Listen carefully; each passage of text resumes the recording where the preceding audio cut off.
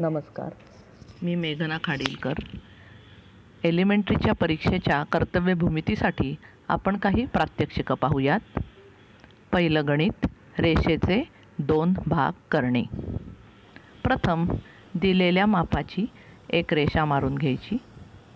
तिला AB असं नाव द्यायचं. या रेषेचे आपल्याला 2 भाग करायचेत.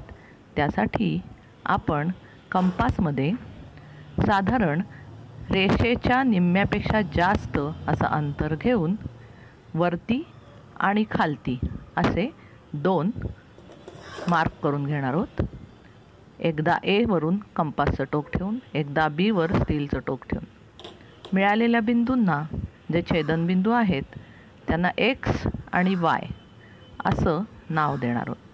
पहा, ज्या मापाची रेषा दिली आहे तिचे आपण एक्झॅक्ट 2 समान भाग करत आहोत. बिंदू X आणि Y हे जोडून घेत आहोत. या ठिकाणी दिलेल्या रेषेचे 2 समान भाग केले आहेत. दुसरं गणित, अशा प्रकारे दिलेल्या रेषेचे 4 व 8 भाग करणे. पहा, कृती तीच आहे. प्रथम आपण जसं AB रेषा दिली, निम्म्यापेक्षा जास्त अंतर घेऊन आपण X आणि Y हे 2 बिंदू मिळवलेले आहेत.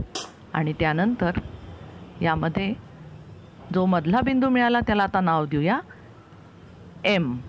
पहा, आता AM अशी जी रेषा मिळाली आहे तिचाच विचार करता या ठिकाणी परत 2 वरच्या बाजूला A वरती स्टीलचं टोक ठेवून निम्म्यापेक्षा जास्त अंतर घेऊन वरती आणि खालती असे 2 मार्क केले आहेत. आता M वरती स्टीलचं टोक ठेवून याच प्रकारे अंतरात बदल न करता आपण छेदनबिंदू मिळवलेले.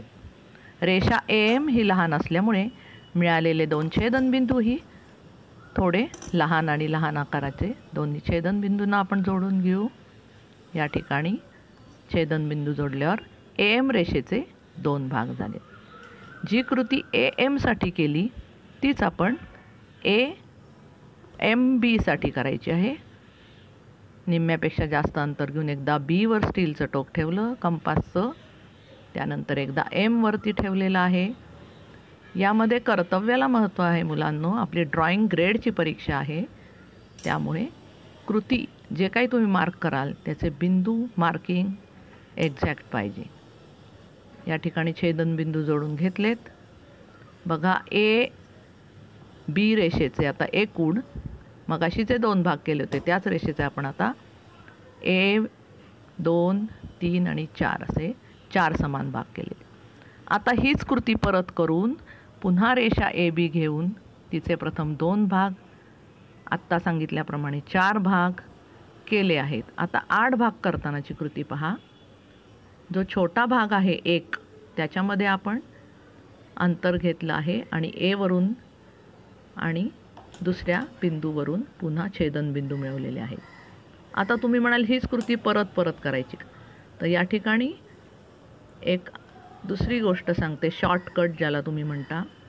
A आणि आत्ता मिळालेले छेदनबिंदूतलं 8व्या भागाचं अंतर हे कंपासमध्ये घेऊन तेच पुन्हा पुढच्या पॉईंटवरून कंपासच्या सहाय्याने टाकत जायचं, ज्यामुळे तुम्हाला पुन्हा पुन्हा छेदनबिंदूची कृती करायची गरज नाही.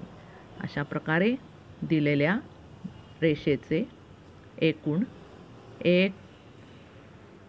एकदा आपण 2 भाग बघितले, एकदा 4 आणि आत्ता आपण या ठिकाणी 8 भाग बघितले आहेत. मुलांनो, कृती नीट समजून घ्या.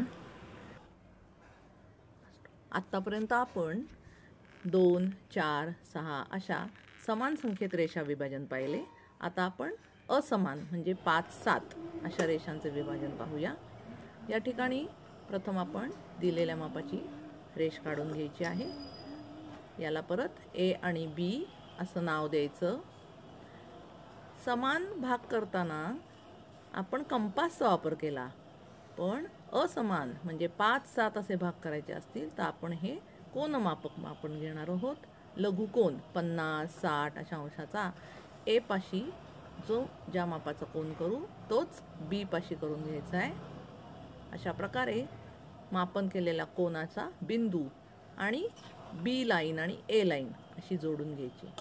म्हणजे ए बी रेषेला बी पासून खालती आणि ए पासून वरती अशा प्रकारे आपण मापलेल्या कोनाच्या 2 रेषा मारून घ्यायच्या. जेवढे आपल्याला भाग करायचे आहेत कंपासमध्ये तेवढं साधारण अंदाजे अंतर घेऊन जेवढे भाग करायचे तेवढे मार्किंग करायचं. बघा इथं 1 2 3 4 आणि 5. प्रथम आपण 5 भाग करून घेऊ. अंतर न बदलता बी वरून 1 2 3 4 आणि 5. कृती नीट लक्षात घ्या. प्रथम आपण रेषेला ए पाशी लघुकोन केला, बी पाशी तोच कोन केला आणि दिलेल्या रेषेवर आपण 5 मार्किंग करून घेतले. आता हे जोडताना खूप महत्त्वाची स्टेप आहे मुलांनो. ए बिंदू आणि बी वरचा 5 असं जोडून घ्यायचं आहे आणि बी बिंदू आणि ए रेषेवरचा 5वा पॉईंट असं जोडून घ्यायचं आहे. या ठिकाणी खूप मुलांच्या चुका होतात. कृती नीट बघा. अशा प्रकारे जोडून घेत मग 4 आणि 1, मग 2 आणि 3, त्याच्यानंतर 2 आणि 3 आणि परत 4 आणि 1 अशा प्रकारे दिलेल्या रेषेचे 1 2 3 4 आणि 5 बरोबर करेक्ट 5 भाग केले. आता याच ठिकाणी मी तुम्हाला सांगते, असंच माप घेत बी वरून जसं आपण 5 मार्किंग केले त्याप्रमाणे पुढे 6 आणि 7 असे जर मार्क केले आणि कृती तीच करायची जी आपण केली आहे आत्ता. जेव्हा ए बिंदूच्या पॉईंटपासून बी वरचा 7वा, 6 आणि 7 जे आपण पॉईंट वाढवलेत त्यातला जो शेवटचा पॉईंट आहे 7 तो आणि ए बिंदू अशा प्रकारे जोडून घ्यायचं आणि बी बिंदू आणि ए वरचा 7 असं जर जोडत तुम्ही प्रथम एक चौकोन तयार करून घेतलात तर तुमचं हे गणित अजिबात चुकणार नाही. धन्यवाद.